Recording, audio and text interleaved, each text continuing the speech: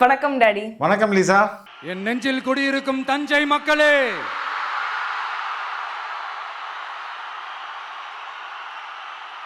நெஞ்சில் குடியிருக்கும் தஞ்சை மக்களே அப்படின்னு சொல்லும் போதெல்லாம் எனக்கு உண்மையிலேயே உணர்ச்சி வசப்பட்ட மாதிரி தான் இருந்தது. It was fantastic. அப்புறம் உங்களுடைய சொந்த ஊர்லயே போய் என் நெஞ்சில் குடியிருக்கும் தஞ்சை மக்களே அப்படின்னு நெஞ்சில் குடியிருக்கும் தஞ்சை மக்களே அப்படின்றது ரொம்ப அப்படின்னு வந்து பயங்கர பவர்ஃபுல்லா வந்து இன்னைக்கு வந்து அவர் பேசியிருக்காரு. தவைக்கா தலைவர் Vijay much anticipated visit to the delta அப்படின்னு நான் சொல்லுவேன். அண்ட் ஒரு டெல்டா காரரான நீங்க வந்து எப்படி ஃபீல் பண்றீங்க? ஃபர்ஸ்ட் ஆஃப் ஆல் நான் வந்து உண்மையிலே I am proud to be a delta person. அதில் எந்த சந்தேகமும் இல்லை. உண்மையான டால்டாக்காரன்லாம் கிடையாது. ஆனால் எனக்கு ஒரு வருத்தம் இருந்தது. ஏன்னா பர்சனலாக போட்டு அடிச்சிருந்தாங்க ஒரு இந்த இந்த ஆமா, அதுதான் நான் ஆக்சுவலா என்னோட முதல் கேள்வியா வந்து இருந்தது.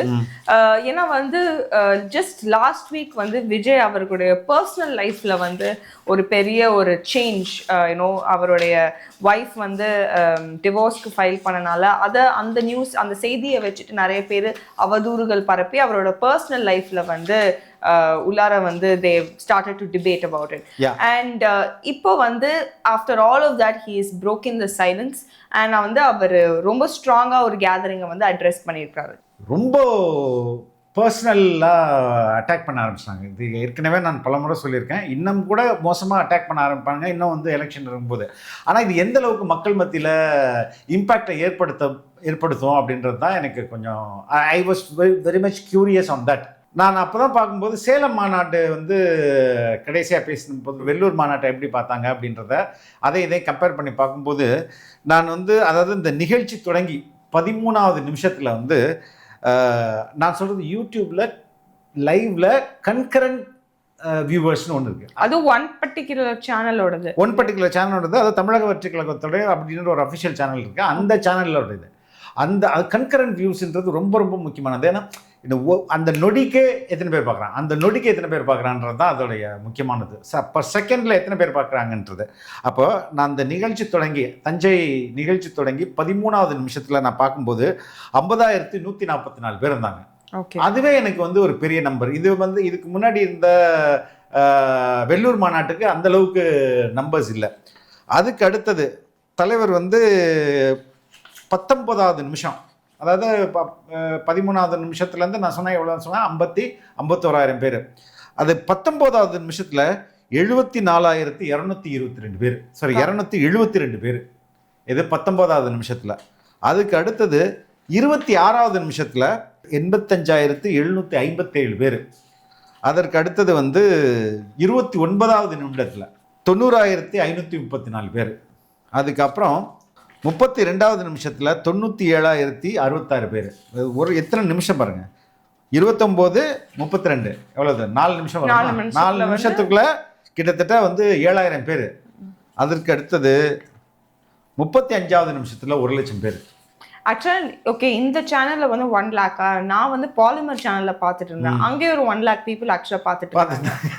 ஆமா, அப்போ இது வந்து மறுபடியும் நான் ஒன்றை தான் வந்து என்னால் உணர முடியுது. நீங்கள் நெகட்டிவாக பேச தாவேகா தலைவருக்கு பாசிட்டிவாக மக்கள் வந்து வரவேற்பு தராங்க அப்படின்றது தான் என்னால் இது நீங்கள் இப்போ கூட போய் பார்த்தா கூட கடைசியாக பேசினது, இதுக்கு முன்பு பேசினது என்னது, வெள்ளூர் மாநாட்டை விட இப்போ வியூவர்ஷிப் அதிகமாக இருக்கும்.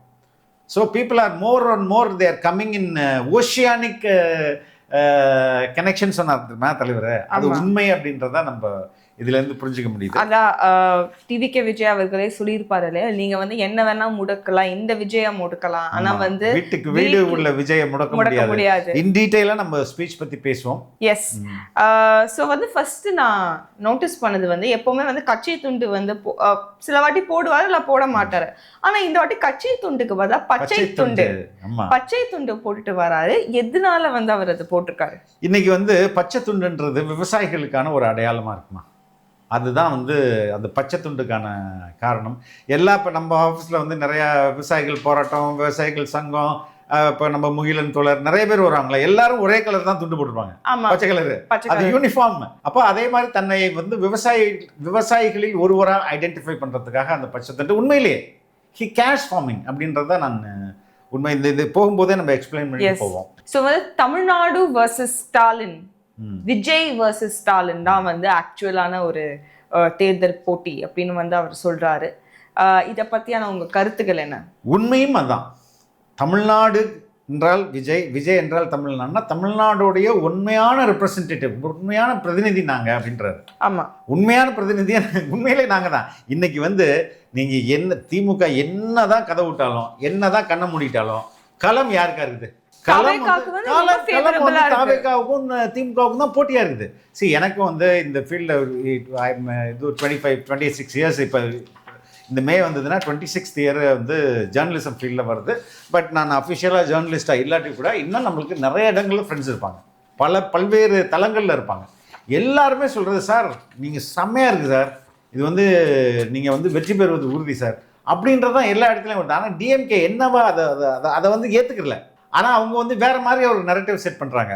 அதைத்தான் வந்து எங்க தலைவர் சொல்றாரு. அவங்க எப்பவுமே அண்டர் எஸ்டிமேட் பண்ணிக்கிட்டே தான் இருக்கிறாங்க. மக்களுடைய சக்தியா இருக்கட்டும், இல்லைன்னா வந்து மக்கள் சக்தி கொண்ட ஒரு தலைவராகவும் இருக்கட்டும், அண்டர் எஸ்டிமேட் பண்ணிட்டு தான் வந்து டிஎம்கே வந்து இருக்கிறாங்க. பட் ஏன் இன்னும் இந்த டைம்ல கூட அண்டர் எஸ்டிமேட் பண்றாங்க? ஏன்னா இப்போ they have to face the reality. இல்ல மேம், அண்டர் எஸ்டிமேட் பண்ணல, இன்னுமே டூ லேட்.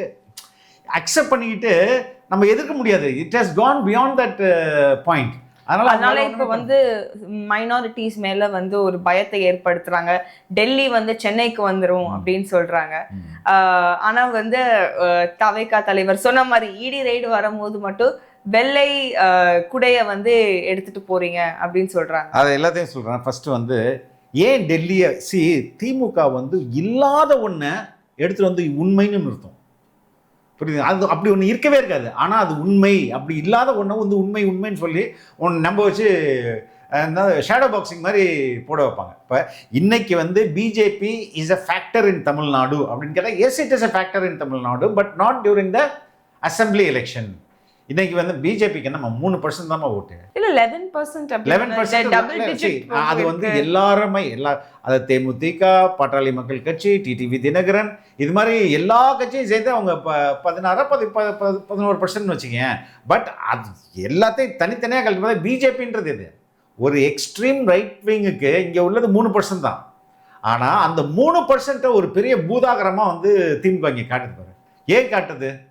மைனாரிட்டிஸ் ஓட்டை கவர் பண்ணணும். நம்பர் 1 மைனாரிட்டிஸ், இந்து முஸ்லிம்ஸ் ஒரு ஃபியர் மாங்கரிங் கிரியேட் பண்ணணும். ஆமா, கிறிஸ்டியன்ஸ் அண்ட் முஸ்லிம்ஸை வந்து உங்களுக்கு வந்து அவங்கள பயமுறுத்தணும். இவங்களுக்கு தெரியாது மைனாரிட்டிஸ்லாம் வந்து எப்பயோ ஷிஃப்ட் ஆயிட்டாங்க. எங்க ஷிஃப்ட் ஆயிட்டாங்க? நேச்சுரல் ஆப்ஷனோட மோஸ்ட் ட்ரஸ்டட் ஆப்ஷன் அங்க போயிட்டாங்க. இன்னொன்று ஏடிஎம்கே இவங்க டிஎம்கே முன்னிலைப்படுத்தாது. ஏன்னா ஏடிஎம்கே முன்னிலைப்படுத்தினீங்கன்னா அவங்கள பற்றி நீங்கள் என்ன பேசணும்னா கரப்ஷனை மட்டும்தான் அவங்களால பேச முடியும். ஏடிஎம்கே பீரியடில் என்ன நடந்தது? கரப்ஷன் நடந்தது தான் பேச முடியும். அப்படி டிஎம்கே பேசுனா இவங்களோட கரப்ஷன் வந்து இன்னும் வந்து எக்ஸ்போஸ் ஆகும். வேற வழியே இல்லாமல் தமிழ்நாட்டுக்கு இப்போ லோக்கல் இஷ்யூ தானே இது, வந்து அசம்பிளி எலெக்ஷன் தானே.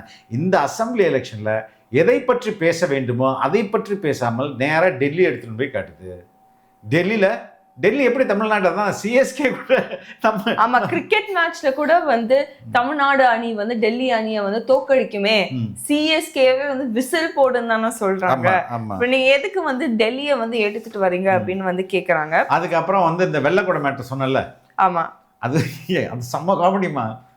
அதாவது அரசியல் காமெடியில உச்சம்னால இந்த வெள்ளை. ஆமா, அது என்ன, நான் எனக்கு தெரிஞ்ச வரைக்கும் அந்த வெள்ளை குடை வந்து வெள்ளைனால பீஸ் இல்லம்மா. நார்மலா கொடை நம்ம ஊர்ல என்ன கலர்ல இருக்கும்? கருப்பு கலர்ல இருக்கும். மழைக்கு யூஸ் பண்ற கொடை என்ன கலர் இருக்கும்? கருப்பு வேற கலர்ஸ் இருக்கும். 90% கருப்பு இருக்கும். அதுக்கு பெரும்பாலுமே நம்ம தமிழ்நாடு இல்லைன்னா இந்தியானால கொடைனால கருப்பு. சிட்டிஸ்ல ஒரு சில பேர் இந்த கலர் வச்சுப்பாங்க. இப்போ டிஎம்கே ஆட்சிக்கு வர்றதுக்கு முன்னாடி ஏடிஎம்கே பீரியட்ல நரேந்திர மோடி இங்கே வந்தார். நரேந்திர மோடி வரும்போது ஃபுல்லாக கருப்பு பலூன் விட்டு, அது டிஎம்கே ஆர்கனைஸ் பண்ணல, அதுவும் ரொம்ப முக்கியம். டிஎம்கே ஆர்கனைஸ் பண்ணால், அதான் டிஎம்கேடைய ஒரு அலையன்ஸ் பார்ட்டி தமிழக வாழ்வுரிமை கட்சி தான் ஆர்கனைஸ் பண்ணாங்க. ஆனால் என்ன பண்ணாங்க, அவங்களோட கூட்டணி கட்சிகள் வைகோ ஒரு இடத்துல, திமுக சைடில் எம்கே ஸ்டாலின் ஒரு இடத்துல, கனிமொழி ஒரு இடத்துல, நிறைய இயக்கங்கள்லாம் ஒரு இடத்துல கருப்பு. ஏன்னா அவர் வந்து ஏர்கிராஃப்டில் தான் வந்தார். வந்துட்டு இங்கே சென்னை ஏர்போர்ட்டில் இறங்கி ஐஐடிக்கு போகிறதுக்கு கூட அவர் வந்து ஹெலிகாப்டர் தான் பயன்படுத்தினார். அதனால ரோடு ஃபுல்லாக இங்கே பயங்கர ஸ்ட்ரைக்கு. அப்போ எல்லாம் கருப்பு பலூன் பறக்க விட்டாங்க. கோ பேக் மோடின்றது பயங்கர ட்ரெண்ட் ஆச்சு. இது எப்போ நடந்தது? ஏடிஎம்கே பீரியட்ல ஏடிஎம்கே பீரியட் நடந்தது. இப்போ அதுக்கப்புறம் எலெக்ஷன் வருது, டிஎம்கே ஜெயிச்சிருது. டிஎம்கே ஜெயிச்ச உடனே பிரதமர் மோடிங்க வராரு, அன்னைக்குன்னு மழை பெய்யுது. இப்போ கருப்பு கலர்ல குடை எடுத்துட்டு போனா பிஎம் கோச்சி பாருன்ட்டு இவனுங்க வெள்ளை குடை எடுத்துட்டு போனாங்கம்மா. ஓகே, புரியுதா நான் சொல்றது? அப்ப கருப்பு பலூன் பறக்க விட்டு எதிர்ப்பு தெரிவித்தாங்க. கருப்பு கொடை எடுத்துட்டு போய் எதிர்ப்பு தெரிவிக்கிறாங்கன்னு சொல்லிட போறாங்களோன்றதுக்காக வெள்ளை கொடை எடுத்துட்டு போயிட்டு பிரதமரை வரவேற்றாங்க. அதான் அந்த கருப்பு கொடை மேட்ரு. அதற்கப்புறம் வந்து இன்னொன்று முக்கியமான சொல்லியிருப்பாரு, எப்பெல்லாம் வந்து இடி வருதோ நீங்க வெள்ளை கொடையை வந்து எடுத்துட்டு போவீங்க. அது மட்டும் இல்ல, எப்பெல்லாம் இங்க இடி ரைடு வருதோ அந்த வாரமே நேராக போயிருது டெல்லி போயிட்டு அங்கே ஏதாவது அமைச்சரை பார்க்குறது. இப்போ செந்தில் பாலாஜிக்கு 2023 ரைடு வரும்போது எல்லாம் ஒரு செட் ஆஃப் மினிஸ்டர்ஸே இங்கேருந்து போயிட்டாங்க. அதுக்கப்புறம் 2024 வந்து உதயநிதி ஸ்டாலினே போகிறாரு. ஆனால் வேறு பேரில் சொல்லிப்பாங்க. அதுக்கடுத்தது செப்டம்பர் 24 வந்து ஆல்மோஸ்ட் உதயநிதி ஸ்டாலினோட ஃப்ரெண்டு வரையும் இடி வந்துருச்சு. அடுத்தது அது நேரம் எங்கே போகுது? உதயநிதி அந்த நேரத்தில் ஓடுறாரு யார்? சிஎம் ஓடுறாரு. சிஎம் ஓடி போய் அங்கே டெல்லியில் சரண்டர் ஆகிட்டு வருது. இப்போ 25-26 இந்த ஆண்டுகளில் கூட பலர் போகிறாங்க இங்கேருந்து. எப்பப்பெல்லாம் இங்கே இடி ரைடு வருதோ, அது வந்து செந்தில் பாலாஜியாக இருக்கட்டும், துரைமுருகனாக இருக்கட்டும், இல்லைன்னா பொன்முடியாக இருக்கட்டும், எங்கே இடி ரைடு வந்து இப்போ உதயநிதி ஸ்டாலினுடைய நண்பர்களான டான் பிக்சர்ஸோடைய இதாக இருக்கும், யார் இங்கே ரைடு, ஆகாஷ் பாஸ்கர் யார் வந்தாலும் ஸ்ட்ரைட்டாக அங்கே போய் சரண்டர் ஆகிடுது. சார் நினச்சி, ஏன்னா இடி கேஸு எல்லா இடத்துலையும் வேற மாதிரி நடக்கும். தமிழ்நாட்டில் மட்டும் அது ரைடோட நின்று போயிடும். அதுக்கு அடுத்தது எதுவுமே நடக்காது. அந்த அளவுக்கு இவங்க வந்து டெல்லியில் போயிட்டு under control sir, under everything under Delhi not in our control அப்படின்னு சொல்லுவாங்க. No, Delhi is fully under your control. Whatever you say we will do it, please save us. அவ்வளோதான். அதை வந்து செய்யறதுல தே ஆர் வெரி கீன். அதுதான் வந்து அவர் ஸ்டார்டிங்ல இருந்தே வந்து தாவேகா தலைவர் விஜய் அவர்கள் வந்து சொல்லிட்டு இருக்காங்க, மறைமுகமான ஒரு அலையன்ஸ் வந்து உங்ககிட்டே இருக்கு அப்படின்னு. அவங்க டைரக்ட் சரண்டர், நீங்க இன்டைரக்ட் சரண்டர். அதுதான் எங்க தலைவர் சொல்றது. எஸ், அதே மாதிரி நான் கொஞ்சம் minister just a few minutes ago நான் சொன்னேன் இல்லையா, அவர் வந்து மக்களுக்கும் அவருக்குமான உறவை பத்தி வந்து அவர் பேசியிருக்காரு. ஒரு தாயும் ஒரு தாயோடைய குழந்தை போலவோ, இல்லை அப்பா புள்ள உறவோ, இல்லை அண்ணன் தங்கச்சி உறவோ, இல்லைன்னா வந்து ஒரு தம்பி அக்கா உறவோ, அந்த அளவுக்கு வந்து நம்மளுடைய மக்களும் நானும் வந்து அவ்வளோ க்ளோஸ் அப்படின்னு சொல்றாரு. இன்ஃபேக்ட் வந்து அவர் சொல்றாரு, எலெக்ஷனுக்கான உறவு இது இல்லைங்க, எமோஷனுக்கான உறவு இது, oceanic emotion, powerful oceanic emotion அப்படின்னு அவர் சொல்றாரு. அதை நான் எக்ஸ்பிளைன் பண்றேன். அதுக்கு முன்பு இப்போ டிஎம்கே என்ன பண்ணுது, யாரெல்லாம் கூப்பிட்டு வந்து பாஜகவை தடுக்க. ஆமா, அந்த ஒரு ஆட் வந்து எல்லா இடத்துலயும் வந்து ரொம்ப ரஜினிகாந்த் பேசுறாரு, கமல்ஹாசன் பேசுறாரு, என்ராம் ஃப்ரம் ஹிந்து பேசுறாரு. எனக்கு ரொம்ப ஆச்சரியம், எப்படி வந்து ஒரு மெயின் ஸ்ட்ரீம் மீடியா உடைய ஒரு ஃபவுண்டர் வந்து, not founder but like the editor வந்து he is talking about something like ஒரு கட்சியை வந்து நேரடியா சப்போர்ட் பண்றாங்க. எந்த அளவுக்கு எல்லாரும் விலை போயிட்டாங்க பத்தியா? என்றாம விலை கொடுத்து வாங்கியாச்சு. ஆல்ரெடி கமல் வந்து அண்டர் த பேரோல்ல தான் இருக்கிறாருன்னு. அவங்க தான் வந்து MP seat Rajya Sabha, MP seat மட்டும் இல்லாம பெரிய பெரிய படங்கள் கமலை வச்சு படம் எடுக்கிறாங்க, ரஜினி வச்சு எடுக்கிறாங்க, இப்ப கூடவா எடுக்கிறாங்க கமல்ஹாசன் வச்சு. ஆமாமா, கமல்ஹாசன் ரஜினிகாந்த் சேர்ந்து ஒரு படம் பண்றாங்கம்மா.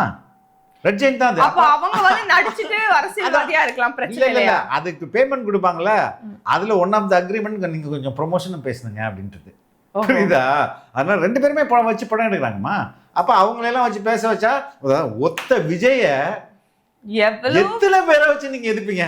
எத்தனை பேரை எவ்வளவு விதமா எதிர்க்கிறீங்க, எவ்வளவு பேரை வச்சு எதிர்க்கிறீங்க. டிசைனா எதிர்ப்பாங்க, டிசைன் ஆட்களை வச்சு எதிர்ப்பாங்க.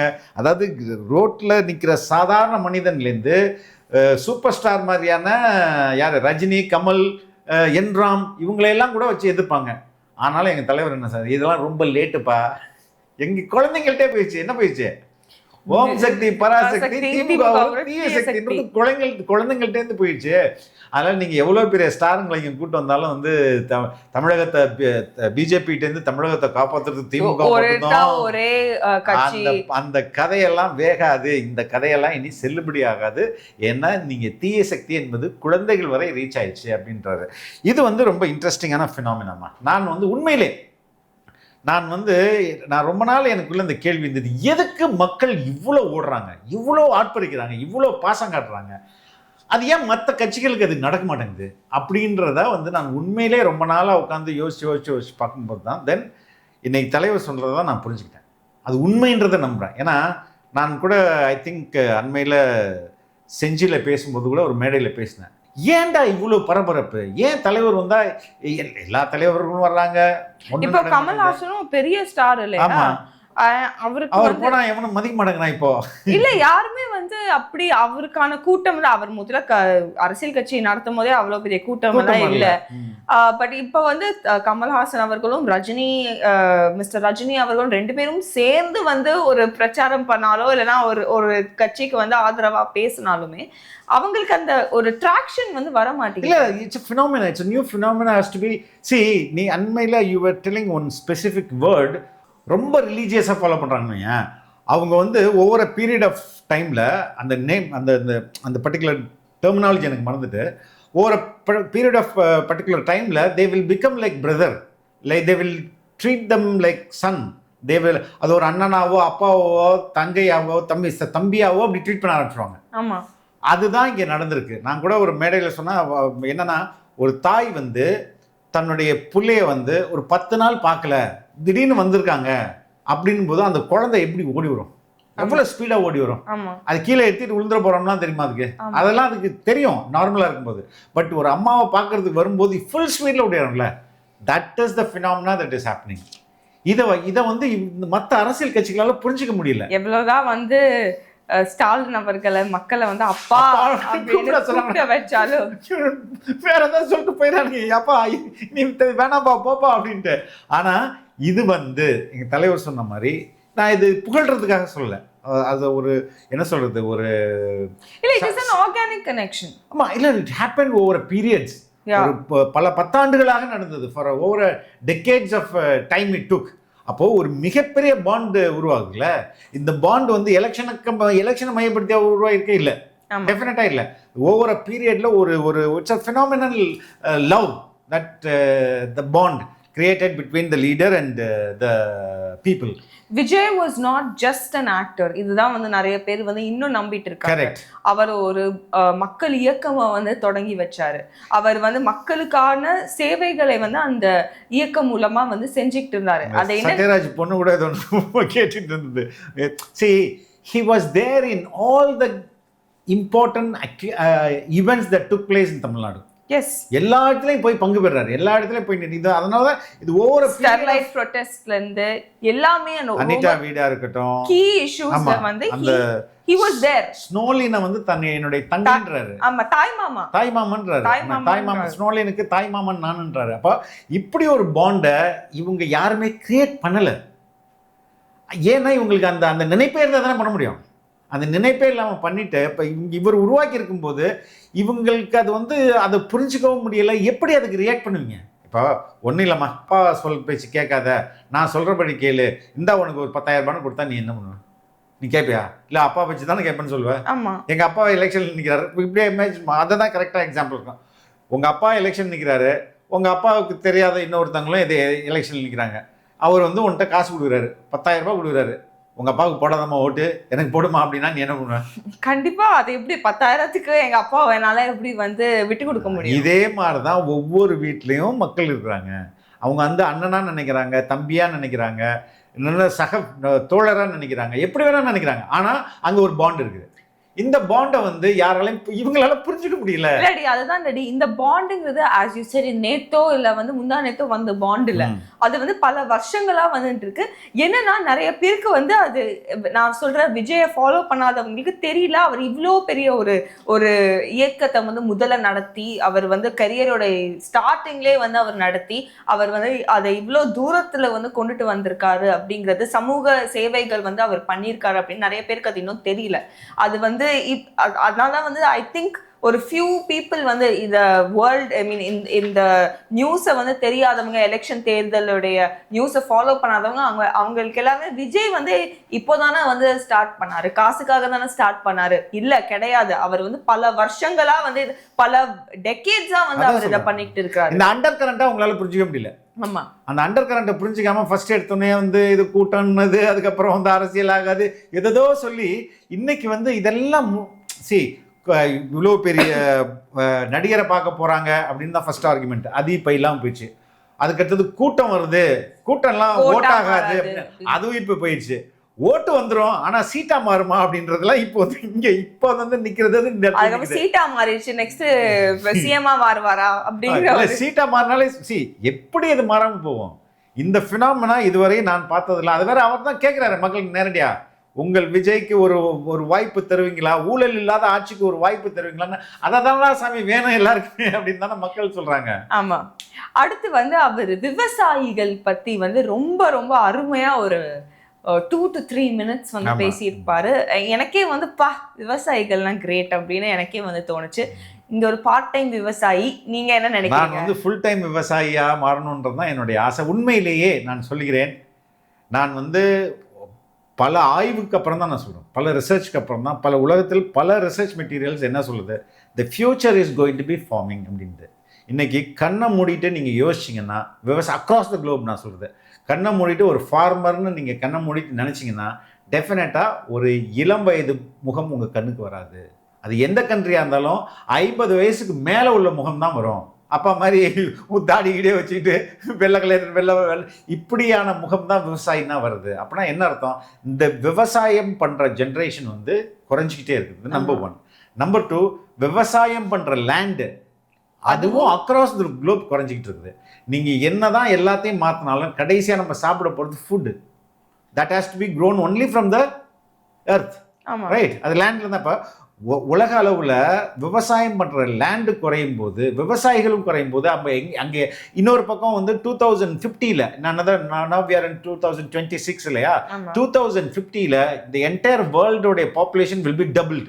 ஆமா, ஓகே. ஒரு பக்கம் டபுள் ஆயிட்டு தான் இருக்கு, ரொம்ப ஸ்பீடா. 30ல இருந்து அது வந்து அந்த பாப்புலேஷன் இன்க்ரீசிங் ஸ்பீட் வந்து வில் பி ஹை, விஸ்குன்னு போயிடும். அப்போ இங்க நல்லா நினைச்சு பாருங்க, ஒரு பக்கம் விவசாயம் பண்ற லேண்டு குறையுது, விவசாயம் பண்ற ஆட்களும் குறையிறாங்க. ஆனா அதர் சைடு கன்சியூமர்ஸ் விவசாயத்தை தான், நம்ம விவசாய பொருளை தான் நம்ம சாப்பிட முடியும். இப்போ கார் ஃபேக்டரியிலேருந்து கார் எடுத்து சாப்பிட முடியாதுல்ல நம்ம.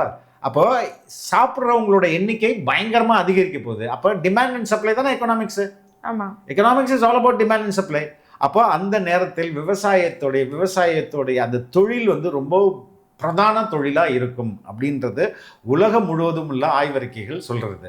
ஆனால் நம்ம ஊரில் அதுக்கு எந்த அளவுக்கு இந்த அரசு முக்கியத்துவம் கொடுக்குது. ஆக்சுவலாக வந்து நானே வந்து விஜய் அவர் நீ கூட விவசாயம் பத்தி எல்லாம் சொல்லும் போது நான் ரொம்ப ஒன்றும் அந்த வயலுக்கு வந்து பாருமான்னு எத்தனை முறை கெஞ்சினா நீ வரவே மாட்டேங்கிற. நான் வந்து அப்பப்போ ஐ மீன் நீங்க வந்து ரொம்ப அடிக்கடி போவீங்க, நான் அந்த மாசி நீங்க வந்து அதை புரிஞ்சுக்க மாட்டேங்கிற. It is like child. நீ நானாலும் வாரம் போகாமல் இருந்தோம்னா எனக்கு எவ்வளோ மன உளைச்சல் ஆகும் எனக்கு தான் தெரியும்.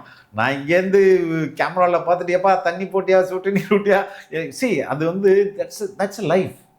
அங்கே உள்ள செடி கொடி மரங்கள் எல்லாமே அதுவும் ஒரு உயிரினங்கள் தானமா, அதை நம்ம தான் நம்ம போய் பார்க்கணும். ஆமா, இல்ல விஜய் அவர்கள் வந்து ஆக்சுவலா அவர் சொன்னது ரொம்ப இட் வாஸ் வெரி வேலிட். ஏன்னா நம்ம எல்லாம் விவசாயிகளை வந்து நான் பர்சனலாக நான் சொல்றேனால பொங்கல் அன்னைக்கு தான் வந்து நினச்சி பார்ப்பேன். அந்த நீங்கள் வந்து சேத்துல அவங்க வந்து கை வைக்கலன்னா நீங்கள் சோத்துல வந்து கை வைக்க முடியாது, அந்த மாதிரியான விஷயங்கள் எல்லாம் பொங்கல் அன்னைக்கு வந்து சொல்லுவாங்க. நம்ம அப்போதான் வந்து இது பண்ணுவோம். ஆனால் உண்மையிலே வந்து விஜய் அவர்கள் சொன்ன மாதிரி இந்த பூமியை வந்து சாமியா ஆக்குறது விவசாயிகள் தான். அண்ட் அவர் வந்து சொல்வார் இல்லையா, லைக் அடுத்த ஜென்மத்துல வந்து எனக்கு அது அந்த ஒரு இது நான் இருக்குதா உண்மையிலே இல்லையான்னு தெரியல, ஆனா நான் ஒரு விவசாயி குடும்பத்துல தான் நான் வந்து பிறக்கணும் அப்படின்னு ஆசைப்படுறேன். அட்லீஸ்ட் நீ அப்படியே ஆசைப்படி. நான் ஏற்கனவே விவசாய குடும்பத்துல தான் பிறந்துட்டேன். இல்லம்மா, that's you have to have நான் நேத்து முந்தானே வாங்கிட்டு தான் சொன்னேன். It's like rearing a child. ஒரு குழந்தைய வளர்க்குற மாதிரி தான் ஒரு மரத்தை வளர்க்குறதும் ஒரு எதை ஒரு ஒரு செடியை வளர்க்குறதும்.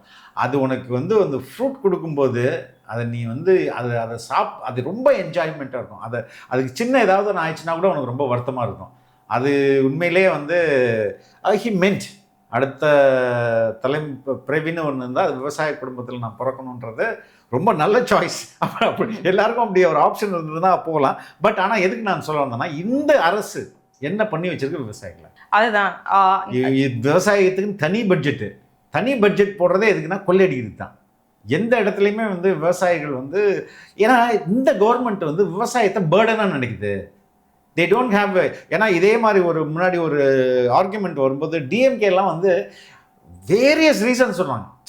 தெர் ஆர் அங்கே ஃப்ளாஸ் இருக்குது, அங்கே நிறைய பிரச்சனைகள் இருக்குது, விவசாயத்தில் நிறைய பிரச்சனைகள் இருக்குது தான் இருக்குது. ஆனால் அதை இவங்க எல்லாம் அம்பேத்கர் என்ன சொன்னார், எல்லாத்தையும் நகரம் வந்தால் தான், நகரத்துக்கு வந்தால் தான் ஜாதி ஒழியினார், எல்லாம் நகரம் விவசாயத்தை விட்டு நகரத்துக்கு வாங்க அப்படின்றாங்க. அவர் சொன்ன கான்டெக்ஸ்ட் வேற.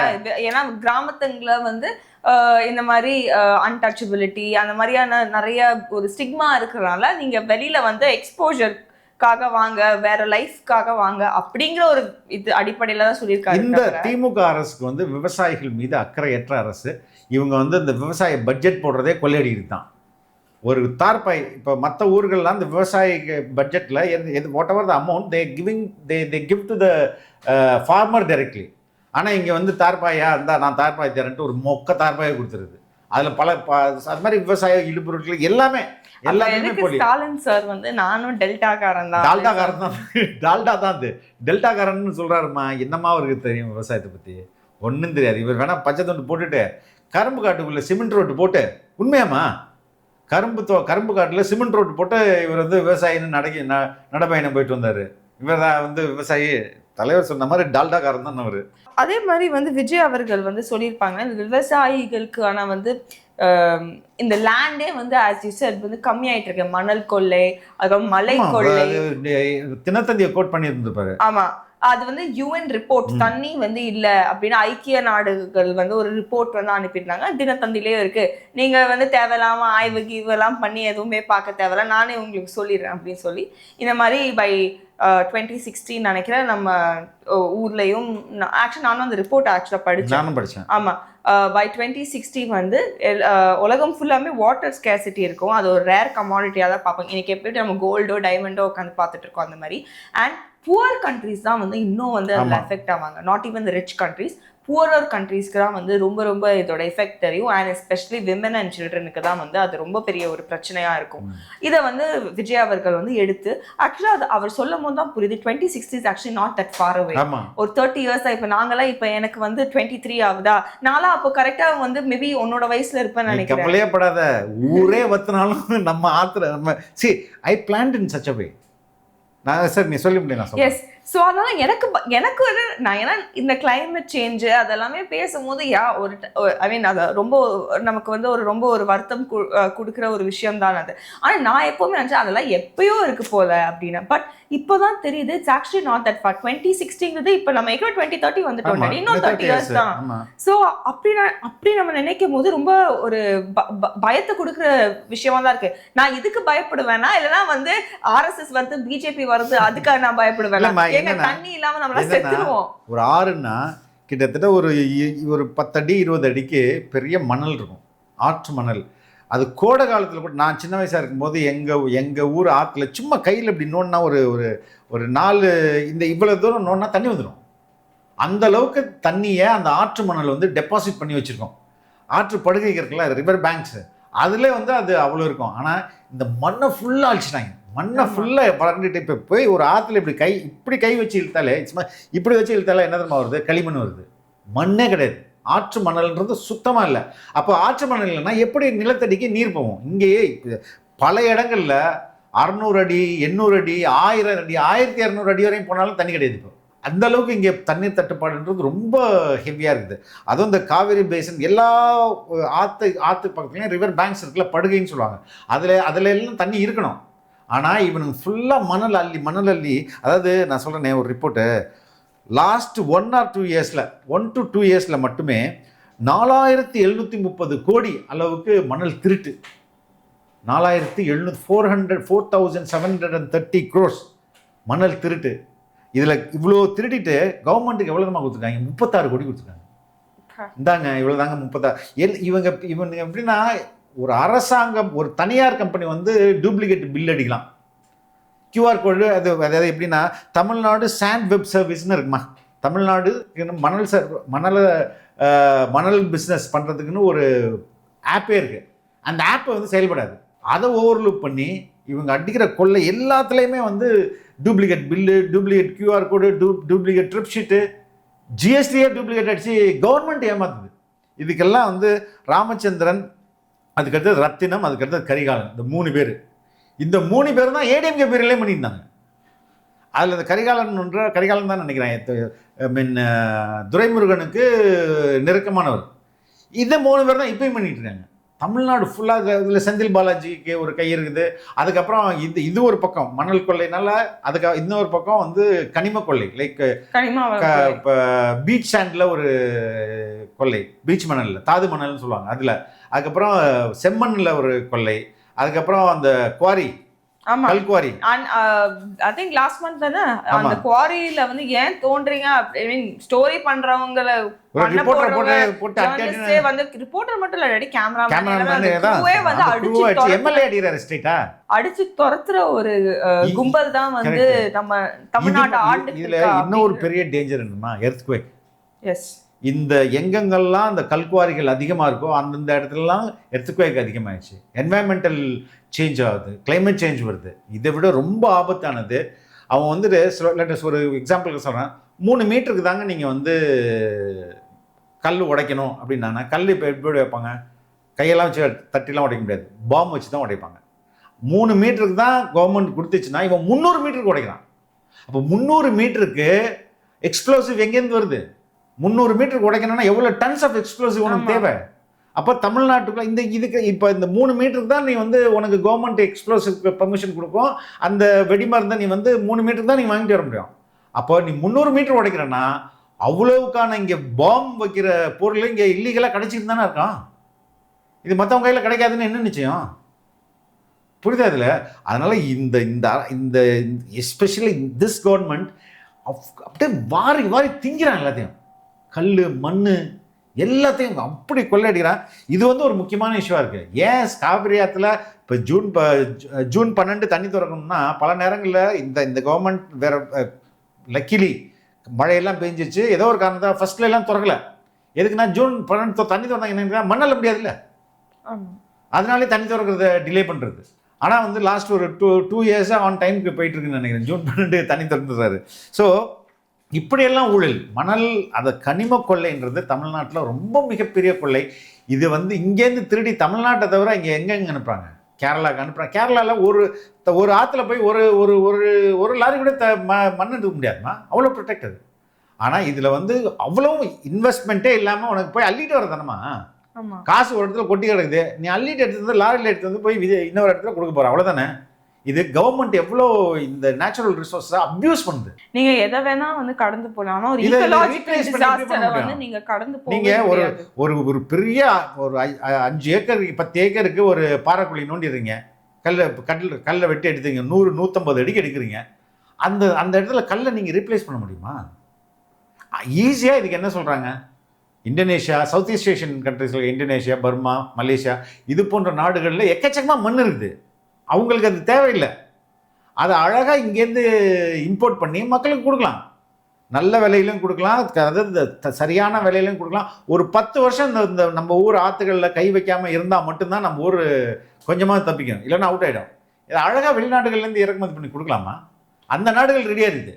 ஆனால் இங்கே ஓசியில் திருடி சம்பாதிக்க முடியாதுல்ல, அதனாலே யாரும் அதை அனுமதிக்கிறது இல்லை. இதை வந்து கேட்டு போராடுற விவசாயிகளுக்கு மேல குண்டர் சட்டம் வந்து போடப்படுது அப்படின்னு சொல்றாரு. எனக்கு ரொம்ப சந்தோஷம். ஏன்னா ஒரு இந்த பொங்கலுக்கு முன்னாடி தானே ரெடி வந்து ஈசன் அவர்கள் அவங்க எல்லாருமே வந்து கைது செய்யப்பட்டாங்க. சோ விவசாயி சங்கத்தில் சேர்ந்தவங்க அவங்களுக்கு எல்லாருக்குமே வந்து மிகப்பெரிய சோதனை. சோ வந்து அதையும் வந்து அட்ரஸ் பண்ணிருக்காங்க அப்படின்னு நினைக்கும் போது எனக்கு ரொம்ப சந்தோஷமா இருக்கு.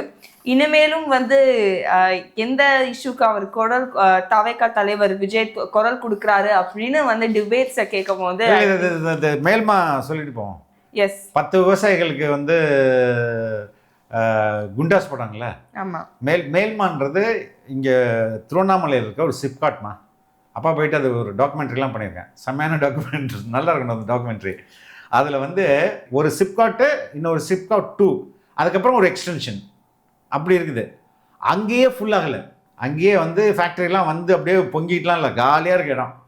அது இல்லாமல் 3வது சிப்காட்டு, அந்த சிப்காட் ஃபுல்லாக விளைச்சல் நிலங்கள், மக்கள் வந்து டெய்லி பயிரிடுகிற ஒரு பகுதி. அதை போய் எடுக்கிறான்றாங்க. அதை மக்கள் போராடுறாங்க, பயங்கரமாக போராடுறாங்க. பல பல மாதங்களாக போராடினாங்க. அது கவர்மெண்ட் உள்ளே போகவே முடியல. இதுக்கிடையில் என்ன பண்ண, நான் போகிற அன்னைக்கு இன்னொரு போராட்டம் நடந்துச்சு. என்னென்னா வேண்டும் சிப்காட் வேண்டும் சிப்காட் வேண்டும். என்னடா அது வேண்டும் சிப்காட் வேண்டும்? போய் பார்த்தா திமுக கொடி கட்டின வண்டியில் மக்கள் எல்லாம் வந்து இறக்கி அந்த பதாகை இருக்குங்களா, பிளகார்ட்ஸ், அதெல்லாம் கொடுக்குறாங்க. அப்போ நான் போனேன், என்னங்க இதுக்கு வந்தேன். இல்லை, கருணாநிதி கட்சி மீட்டிங் தாங்க நாங்கள் வந்தோம் அப்படின்னு மக்கள் சொல்கிறாங்க. உண்மையான மக்கள் போராடுற ஒரு பக்கம், இது மாதிரி டூப்ளிகேட் போராட்டமும் இங்கே நடக்குது. அந்த சிப்காட் போராட்டத்தை முன்னின்று நடத்தினாரு அப்படின்றதுனால ஒரு தோழர் மேலேயும் மற்ற விவசாயிகள் ஒரு 10 பேர் மேலேயும் அருள் ஆறுமுகம், அவர் நாளைக்கு அவரோட இன்டர்வியூ வேற இருக்கு நம்மகிட்ட, அவரும் இந்த குண்டாஸில் உள்ள போன விவசாயிகள் அவரும் ஒருத்தர். 10 பேர் மேலே இந்த கவர்மெண்ட் குண்டாஸ் போட்டுச்சுமா. ஆமாம். ஸோ குண்டர் சட்டம் வந்து எதுக்கு விவசாயிகள் மேலே வந்து போடணும்? அவங்க என்ன ஹேபிச்சுவல் அஃபெண்டர்ஸா? இல்லைம்மா, பூட் லிக்கர்ஸு, பொர்னோகிராஃபி, அதுக்கப்புறம் இது மாதிரி ஒரு 5-6 கேட்டகரி இருக்குது. இவங்களுக்கு தான் குண்டாஸ் பண்ணணும். விவசாயிகள் போய் குண்டாஸ் பண்ணலாமா? உங்க சோறை வந்து செய்யறவங்க கிட்ட வந்து நீங்க குண்டாஸ் போடுறீங்க அப்படின்னா வந்து கண்டிப்பா வந்து இது ரொம்ப ஒரு வருத்தம் கொடுக்கிற ஒரு விஷயமா. வருத்தம் கொடுக்கறது மட்டும் இல்ல, இந்த கவர்மெண்ட் என்ன நினைக்குது பாரு. என்னை எதிர்த்தனா உன்னை என்ன வேணா பண்ணுவேன்ட்டு. அவரை மறுபடியும் வந்து 4 மணிக்கு இந்த இளைஞரணி மாநாடு திருவண்ணாமலை நடந்து தெரியுமா? திமுக இளைஞரணி மாநாடு.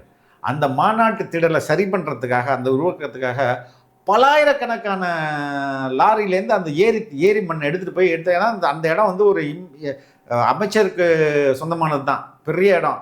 அதை வந்து அவர் சரி பண்ணணும். அப்போ அடுத்தது ரியல் எஸ்டேட் போட்டு விட்டுருவார். அப்போ அது நிறைய எக்கச்சக்கமாக உனக்கு மண் தேவைப்படுது அதை லெவல் பண்ணுறதுக்கு. அப்போ திமுக மாநாடு கணக்கு சாதகமாக வச்சுட்டு ஆயிரக்கணக்கான லோடு மண் எடுத்து அந்த பெரிய திடலை வந்து நிரப்புறாங்க. ஏங்க என்னங்க மண் இப்படி திருடுறீங்கன்னு கேட்டதுக்காக மறுபடியும் ஒரு 17 பேர் மறுபடியும் ஜெயிலு.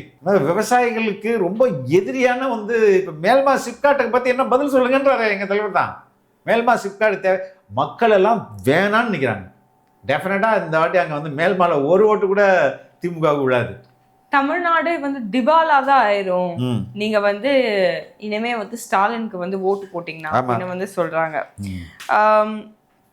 அதே மாதிரி வந்து திமுக அரசு வந்து எப்பவுமே வந்து நாங்க இது பண்ணுவோம் அது பண்ணுவோம், இந்த ஆத்தெல்லாம் வந்து ஒன்னா சேர்ந்து இணைவோம், இணைப்பு திட்டம், எல்லா கிராண்ட் ஸ்கீம்ஸையும் வந்து அவங்க ப்ராமிஸ் மட்டும் தான் பண்றாங்க தவிர அதோட எக்ஸிகியூஷன் வந்து ரொம்ப லேட்டா இருக்கு. அறிவிக்கிறதே கடைசி நேரத்தில் தான். இந்த எப்படின்னாமா இவங்க அறிவிச்சிருவாங்க, அறிவிச்சுட்டு அதுக்குள்ளே எலெக்ஷன் வந்துடும். ஏன்னா காசு இருக்காது. ஃபர்ஸ்ட் ஆஃப் ஆல் பெருசாக திட்டத்தை அறிவிச்சோம்னா இப்போ எல்லா இந்தியா வைக்கணும்னா காசு இருக்கும். அது வரும். இப்போ இந்தியா ஃபுல்லாக உள்ள நதிகளை இணைத்து அப்போனா நம்ம தமிழ்நாட்டில் எப்போதுமே தண்ணி இருக்கும். ஏன்னா கடலில் போகிறதெல்லாம் அப்படியே ஜாயின் பண்ணி கடைசியாக இங்கே வந்தால் இதுதானே இந்தியாவோட லாஸ்ட் பார்ட் தானே தமிழ்நாடு. அப்போ இங்கே எப்போதும் வாட்டர் இருக்கும். இந்த ஒரு ஸ்கீமான பெரிய அம்பிஷியஸ் ஸ்கீம் தான். அதை நம்ம முயற்சி பண்ணுவோம்னு சொன்னோம்னா விவசாயிகளுக்கெல்லாம் ஐயோ தமிழ்நாடு இந்திய நதிகளாம் இறைச்சாலும் நமக்கு 3 போகம் விளையும் போல இருக்குது, எப்போதும் ஆற்றுல தண்ணி இருக்கும், நம்ம 3 போகம் ஜாலியாக விளைய வைக்கலாம் அப்படின்னு சொல்லிட்டு அந்த ஆசையில் இருப்பாங்க. எலெக்ஷனுக்கு அதை வச்சே ஓட்டு கேட்பாங்க. அடுத்த வார்த்தை வந்தாலும் இவங்க பண்ணோன்னே வேற யாராவது இப்போ அத்திக்கடை அவிநாசி திட்டம்னு இப்போ ஏடிஎம்கே பீரியட்ல ஒன்று நிறைவேற்றினாங்களே, அது வந்துச்சுன்னா உடனே நாங்கள் தான் கொண்டு வந்தோம் அப்படின்னு அப்படி ஒரு கிளைம் எடுத்துக்கிறது. இது ஒரு விளம்பர அரசியல் அப்படின்னு வந்து சொல்றது வந்து சரிதான். இப்போ வந்து விஜய் அவர்கள் ஐ திங்க் இந்த மாநாட்டுல வந்து அவரு திரும்ப ஒன்று ஸ்ட்ரெஸ் பண்ற விஷயம், எனக்கு வந்து நான் ஒண்ணுமே தெரியாத ஒரு பர்சன் இல்ல, நான் சைலண்டா இருக்கனால எனக்கு பேச தெரியாதுன்னு இல்ல அப்படிங்கறத வந்து சொல்றாங்க. உண்மையிலே சொல்றேன், எனக்கே ROV நான் என்னன்னே தெரியல. ரிமோட்லி ஆபரேட்டட் வெஹிக்கிள் அப்படியெல்லாம் ஒண்ணு இருக்கு அப்படின்னு வந்து, ஏன்னா எனக்கு தான் விவசாயம் அதை பத்தி எனக்கு இத்தனைக்கு ஒண்ணு இல்ல, ஒரு டேமோடைய ஸ்டெபிலிட்டியை நீ வந்து எப்படி டெஸ்ட் பண்ணுவ? அவ்வளோ ஆழமா இறங்கி நீ போறது டைவர்ஸ் எல்லாம் போயிட்டுலாம் டெஸ்ட் பண்ண முடியாதுல்ல. அதுக்காக ஒரு சரி, இவர் என்ன சொல்றாரு, எனக்கு தமிழ்நாட்டுடைய பிரச்சனைகள் தெரியும்ன்றார், அவ்வளவுதான், வெரி சிம்பிள். இதுக்கு நாளைக்கு லிட்டரலா எடுத்துட்டு வராங்க பாரு. ஆமா, இத லிட்டரலா எடுத்துட்டு வந்து அப்படி ஏதாவது இது பண்ணிட்டு ஒரு மெட்டஃபோரை கூட வந்து டீகோட் பண்ணாத ஒரு அரசு வந்து எப்படி வந்து மக்களுடைய மனதை வந்து டீகோட் பண்ணுவாங்க அப்படின்னு வந்து அது ஒரு क्वेश्चन. அதுக்கப்புறம் ஏன் கருத்து சொல்லலன்னு கேக்குறேன். ஆமா, எதுக்கு காவேரியில கருத்து சொல்ல, எதுக்கு முல்லை பெரியார் டேம் அந்த பிரச்சனைக்கு கருத்து சொல்ல, இதுக்கு கருத்து சொல்றது அப்படிங்கிறது வந்து அவங்கள வந்து இல்லம்மா, நான் சொல்றேன், இந்த மீடியா ரன் பண்ணணும், மீடியாவுக்கு நியூஸ் வேணும். ஆமா, அப்போ நீ கருத்து சொன்னாதான் நியூஸ். அந்த கருத்தை எதிரும் புதிரமான கருத்தை மாத்துறது அடுத்த வேலை. ஆமா, இந்த இப்போ உதாரணம் சொல்றேன், நான் வந்து ஒரு உண்மையிலே ரியல் டைம்ல நடந்த ஜோக்கு. சிபிஐல தலைவர் ஒருத்தர் தாப்பாண்டியன்னு இருந்தார், இப்போ இல்லை, இறந்து போயிட்டாரு. அவர்கிட்ட போயிட்டு ஒரு ரிப்போர்ட்டரை கேட்டாங்க, உண்மையிலே சார் இந்த பிரச்சனையை பற்றி தாப்பாண்டியன் வந்து இப்படி கருத்து சொல்லியிருக்கிறாரு, உங்களுடைய கருத்து என்ன சார்? நான் தாம்மா தாப்பாண்டியன். அது மாதிரி எதுக்குன்னா, ஊடகங்களுக்கு கருத்துக்கள் வேணும். அந்த கருத்துக்கள் சொன்னாதான் அது அவங்களுக்கு பரபரப்பாக்கப்படும். அந்த பரபரப்பாக்கப்பட்ட கருத்துக்கள் வந்து மக்கள் மத்தியில் பேசப்படும். அல்டிமேட்டாக இவங்களுக்கு பிஸ்னஸ் டெவலப் ஆகும். ஒன்று. ரெண்டாவது, பொலிட்டிக்கல் லீடர் என்ன சொல்கிறாரு அப்படின்றது வந்து, இதனால என்ன நடக்க போகுது? எங்கள் தலைவர் கேட்குறது, விஜய் கேட்குறது, இதனால என்ன நடக்க போகுது? கருத்து சொல்றதுனால என்ன நடக்க போகுது? நீ எதை எந்த இடத்துல எப்படி செயல்பட்டு அதுக்கு சொல்யூஷன் தானே தேவை. சும்மா நசன் பேசாம சொல்யூஷன் தானே தேவை அப்படின்றாரு. அதுக்கு அடுத்தது இன்னொன்னையும் ரொம்ப முக்கியமான இவர்களுக்கு பேசும்போது, மீனவர்கள் பத்தி பேசும்போது, கடல் விவசாயிகள் பத்தி பேசும்போது கடிதம் எழுதுறது. ஏமா, இது எந்த காலத்து கடிதமே? அது லெட்டர் பாலிடிக்ஸ், கடிதமே அரசியல். எனக்கு அன்றே கடிதம் எழுதிட்டோமே நாங்க. ஏப்பா, இன்னைக்கு வந்து எவ்வளோ வளர்ந்துருச்சு, இமெயில் வந்துருச்சு, டெலிஃபோன் வந்துருச்சு, மொபைல் ஃபோன் வந்துருச்சு. இப்போ ஒரு மீனவர் இங்கே தாக்கப்பட்டாருன்னா, இல்லை மீனவர்கள் வந்து அங்கே வந்து இலங்கை இராணுவத்தினால் பிடிச்சிட்டாங்கன்னா என்ன தெரியுமா செய்வார் தமிழக முதல்வர்? உடனே கடிதம் எழுதுவார். கடிதம் எழுதி லெட்டர் போட்டு ஸ்டாம்ப் போட்டு அதை ஒட்டி இங்கேருந்து அது டெல்லிக்கு போய், டெல்லியில் பல்வேறு டிபார்ட்மெண்ட்டை போயிட்டு, அது பிரைம் மினிஸ்டர் ஆஃபீஸ்க்கு போயிட்டு, பிரைம் மினிஸ்டர் ஆஃபீஸில் சொல்லுவாங்க, இந்த மாதிரி தமிழ்நாடு சிஎம் உங்களுக்கு லெட்டர் போட்டிருக்காரு கொண்டாங்கன்னு சொல்லிட்டு அவர் அதை படித்து, அதுக்கப்புறம் உரிய நடவடிக்கை எடுக்கப்படும், நீங்கள் ரிப்ளை பண்ணுங்கன்னு சொல்லி, அந்த ரிப்ளை இங்கேருந்து வந்து இங்கே வந்த பிறகு இதுக்கே 1 மாதம் ஆகிடும். அவன் ஜெயிலில் 1 மாதம் சும்மா வேஸ்ட்டாக வந்து அவங்க வாடிட்டு இருப்பாங்க. ஏன் ஃபோன் இல்லையா? பிரைம் மினிஸ்டருக்கு தமிழ்நாடு சீஃப் மினிஸ்டர் பேசணும்னு சொன்னா முடியாது. ரஷ்யால இருந்து அமெரிக்காவே பேசுறாங்க, ஹாட்லைன் இருக்குது. ஏன் பேச முடியும், இமெயில் அனுப்பலாம்ல, பண்ண முடியும். ஆனா எதுக்கு அதெல்லாம் அக்கறை காட்டிட்டு? நம்மளுக்கு ஒரு நாளைக்கு எவ்வளவு கலெக்ஷன் வருது, ஆப்பில் பார்த்தோமா, ஜாலியாக இருந்தோமா அப்படின்னு. அதான் இந்த கடிதத்தை இன்னமும் அந்த கடிதம் எழுதுறது, இதெல்லாம் வந்து ரொம்ப கண்டிக்கத்தக்கதுன்னு தலைவர் சொல்லியிருக்காரு. இன்னுமே வந்து மீனவர்களுக்கும் வந்து ஒரு மீனவர்களுக்கான இஷ்யூஸும் வந்து நிறைய இருக்கு அப்படின்னு வந்து அவர் அட்ரஸ் பண்றாங்க. இன்னொரு விஷயம் டாடி, இதுதான் இந்த டிஎம்கே ஏடிஎம்கே நெக்ஸஸ் பார்ட் இருக்குல்ல, எஸ் எக்ஸாக்ட்லி பார்ட். அந்த முதல்ல நீ, அதுக்கப்புறம் நான், அடுத்து நீ வருவ, அதுக்கப்புறம் நான் வருவேன். இல்ல இப்ப வந்து விஜய் அப்படின்னு ஒரு புதுசா ஒருத்தங்க வந்திருக்காங்க, மக்களை வந்து கேள்வி கேட்க வச்சிருக்காங்க, அவங்க வரவே கூடாது அப்படிங்கிற ஒரு அந்த நெக்ஸஸை வந்து ரொம்ப பியூட்டிஃபுல்லா வந்து அவர் நரேட் பண்ணியிருந்தாரு. உண்மையே சரி. இப்ப என்னன்னா, நீ 5 வருஷம் அடிச்சுக்க, நான் 5 வருஷம் இருக்கேன், வேணா மாற்றி அடிச்சுப்போம், அதில் எந்த பிரச்சனையும் நமக்கு இல்லை. ஆனால் புதுசாக ஒருத்தன் வந்துடக்கூடாது. புதுசாக ஒருத்தன் வந்து உண்மையிலே அக்கறையோடு ஆட்சி பண்ணுற ஒருத்தன் வந்தான்னு 2 பேருமே ஜெயில் தான். அதில் எந்த அளவுக்கு இந்த நக்சஸ் இருக்குன்னா, இப்போ எஸ்ஓபி எதுக்கு இந்த மாதிரி கேவலமான ஒரு எஸ்ஓபி இருக்குதா?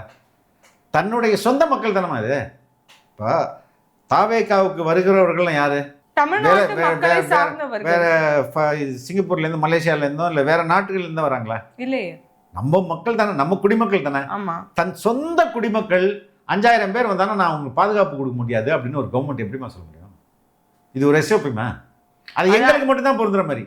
நீங்க எஸ்ஓபியா போடு, நான் வந்து வந்து பழி பழியா நான் வந்து போடுறேன். இந்த கவர்மெண்ட் 2021 வரதுக்கு முன்னாடி என்ன தெரியுமா சொன்னாங்க? அதாவது ஒரு சிறப்பு நீதிமன்றம் அமைக்கப்படுனாங்க. எதுக்கு? எல்லா அதிமுக ஊழல் அமைச்சர்கள் எல்லாம் தூக்கி உள்ள போடுறதுக்கு ஒரு சிறப்பு நீதிமன்றம் அமைக்கப்படும், அமைத்து அவங்களை எல்லாம் ஜெயிலுக்கு போடுவோம்னாங்க. ஒரு எஃப்ஐஆர் போடுறதுக்கே அறப்போர் அந்த முக்குது. எஃப்ஐஆர் போடுங்கப்பா யார் மேல? ஏடிஎம்கே முன்னாள் அமைச்சர்கள் மேல.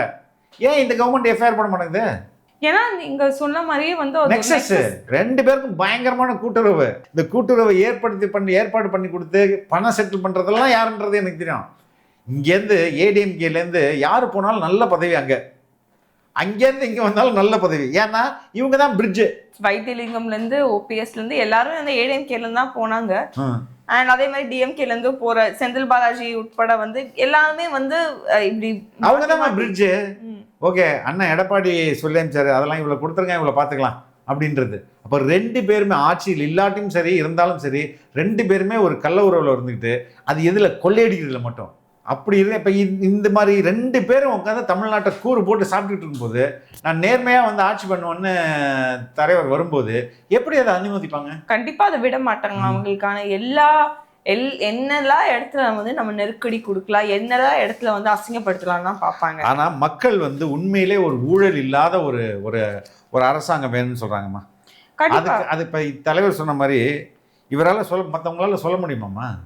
நான் ஊழலை செய்ய மாட்டேன், ஊழல் செய்யவும் அனுமதிக்க மாட்டேன், ஊழலை செய்ததில்லை அப்படின்னு சொல்ல முடியுமா? எங்கேயாவது? யாராலையும் முடியாது. It's not easy. யாராலையுமே அவங்க சொன்ன மாதிரி போன மாநாட்டில் சொன்ன மாதிரி யாராவது உங்க பேங்க் பேலன்ஸ் வந்து நீங்க அரசியல்வாதி ஆறதுக்கு முன்னாடியும் பின்னாடியும் வந்து காட்டுங்க அப்படின்னு சொன்னா யாராலையும் வந்து காட்ட முடியாது. Because the numbers will be so humongous. The change will be, the difference will be, it will be like as if 7 generations க்கு அப்புறம் நம்ம வந்து வெல்த் காட்டுற மாதிரி இருக்கும். But that is a sad reality. Corruption அப்படிங்கிறது வந்து it is rampant and it has to stop. இல்லம்மா, அது நிறைய பேர் சொல்றாங்க ஸ்டாப் பண்ண முடியாது, அவ்வளவு சீக்கிரம் பண்ண முடியாது, இங்க ஊழல் நிறுத்த முடியாது. ஆமா, அதுவும் வந்து ரொம்ப எதுக்கு மக்கள் இவ்வளவு பெசிமிஸ்டிக்கா இருக்காங்க கரப்ஷன்? இல்லம்மா, இதை வந்து ஒரு 3 மாசத்துல நிறுத்தப்பட வேண்டிய வேலை. உண்மையிலே நான் சொல்றேன், இந்த டாப் இங்க வந்து ஊழலை 2ஆ பிரிப்போம். ஒன்று வந்து டாப்ல இருக்க மினிஸ்டர்ஸ், ஐஏஎஸ் ஆஃபீஸர்ஸ், அந்த நம்ம ஐபிஎஸ் ஆஃபீஸர் நம்ம பார்த்தோமே, எப்படி ஐஏஎஸ் அண்ட் ஐபிஎஸ் ஆஃபீஸர்ஸ். ஆமா, இடி ஃபைல்ஸ்ல பார்த்தோம்ல 258 பேஜ்ல எத்தனை பேர் இருந்தாங்க, என்னென்ன பண்ணிருக்காங்கன்னு பார்த்தோம்ல. இது மாதிரி கரப்ட் பீப்புளை within a month arrest them, file an FIR, file a charge sheet, speed trial பண்ணி தூக்கி உள்ள போடுங்க, தண்டனை கொடுங்க. அதுக்கப்புறம் அப்பீல் போட்டு அது செகண்டரி. நீங்க உண்மையிலே அதாவது ப்ரூவ் பண்ணி நல்ல, அதாவது என்ன சொல்றது, கன்விக்ஷன் வாங்க முடியும்ன்ற கேஸ் நிறைய இருக்குல்ல, அதெல்லாம் பிடிங்க. ஒரு 10 ஐஏஎஸ் ஆஃபீஸர் தூக்கி உள்ளே போட்டு, ஐபிஎஸ் ஆஃபீஸர் தூக்கி உள்ளே போட்டு அவனை சட்டையை கழட்டணும்னு வைங்களேன், அடுத்தது என்ன பண்ணுவாங்க? அடுத்தடுத்த கேடர்ல இருக்கும் பயந்துருவாங்க. எவ்ரிதிங் வில் ஓவர் நைட்ல எவ்ரிதிங் வில் சேஞ்ச். நீங்க உரிய ஆக்ஷன் எடுத்து அதை நல்லா என்ஃபோர்ஸ் பண்ணீங்கனாலே வந்து. ஆனா அதுக்கு உங்களுக்கு ஒரு பொலிட்டிக்கல் வில் வேணும். ஏன்னா நீங்க கரப்டா இல்லாம இருந்தா மட்டும்தான் நீங்க அப்படி செய்ய முடியும். நீங்க அவங்களே உங்க கரப்ஷனுக்கு வந்து ஏஜென்ட்டா யூஸ் பண்ணியிருந்தீங்கன்னு வைங்களேன். இப்ப அவங்க தானே ஏஜென்ட்டா யூஸ் பண்றாங்க. அவங்க தானே போயிட்டு எல்லாத்தையும் கலெக்ஷன் வாங்கி கொடுக்குறவர் அவர் தானே இருக்கிறாரு. அப்படி இருக்கும்போது எப்படி இது சாத்தியமே இல்லை இல்லையா? ஸோ டெஃபினட்டா இப்படி பண்ணா மட்டும்தான் முடியும். அது ரொம்ப ஈஸி, பண்ணிடலான்னு நான். அவர் தான் மறுபடியும் சொல்றாரு, இதெல்லாம் நம்ம பண்ணலாம். ஆனால் இவங்க முடக்கிறதுக்கு எவ்வளோ ட்ரை பண்ணுறாங்க. ஆனால் கண்டிப்பாக வந்து இந்த விஜயையும் வந்து ரொம்ப சீக்கிரமாக வந்து முடக்க முடியாது. என்ன வேணால் முடக்கலாம், ஆனால் உங்களை முடியாது, தாவேக்காவ முடியாது அப்படின்னு ரொம்ப ஸ்ட்ராங்காக வந்து சொல்கிறாங்க. அண்ட் அதே சமயத்தில் வந்து நீங்கள் வந்து உங்களுக்கு காசு இல்லை, உங்களுக்கு நிதி சுமை இவ்வளோ இருக்குது அப்படி இப்படின்னு சொல்லியுமே வந்து வெங்கலை சிலை வந்து டிஎம்கேயோட முன்னாள் தலைவர் மிஸ்டர் கருணாநிதிக்கு வைக்கணும் அப்படின்னு வந்து நீங்க ஒரு பிளான் பண்ணும்போது வந்து சுப்ரீம் கோர்ட் வந்து என்ன சொல்லுச்சு அப்படிங்கிறத வந்து கேட்குறாங்க. திருநெல்வேலி பக்கத்தில் வள்ளியூரில் தான் அந்த செலவு வைக்கணும்னு ட்ரை பண்ணாங்க. பட் அது மார்க்கெட் பிளேஸ் பக்கத்தில் வருது, அது இடையூறாக இருக்கும்னு சொல்லிட்டு கேஸுக்கு போனாங்க. கேஸில் வந்து ஏங்க உங்கள் சொந்த பெருமையை பேசுறதுக்கு மக்களுடைய வரி பணத்தை எடுத்து வீணடிக்கணுமா அப்படின்னு சொல்லிட்டு சுப்ரீம் கோர்ட் கேட்டு, அடுத்தவங்க வீட்டு நெய்ல உண்மையிலேயே ஸ்வீட் செய்யக்கூடாது. எனக்கு இதுதான் ஊரா வீட்டு எங்கள் ஊரில் இந்த பழமொழி உண்டு, ஊரா வீட்டு நெய்யே என் பொண்டாட்டி கையேன்ட்டு. அது மாதிரி மற்றவன் காசில் நல்லா ஸ்வீட்டு பண்ணிட்டு ஐயோ என் மனைவியோட கைப்பக்குவம் சூப்பராக இருக்குதுன்னு சொல்கிற மாதிரி தான் அது. அதுதான் ரொம்ப நாசுக்காக சொல்கிறாரு, ஊரா வீட்டு நெய் எடுத்து உங்கள் வீட்டுக்கு ஸ்வீட் பண்ணாதீங்க அப்படின்னு சொல்லிட்டு. அது is a very strong funny statement, but very நான் என்ஜாய் பண்ணேன் அதை. கேஸ் நிறைய ப்ராமிசஸ் வந்து பண்ணிருக்காங்க. இந்த கவர்மெண்ட் ஃபுல்லா ஃபேக் ப்ராமிஸ்மா.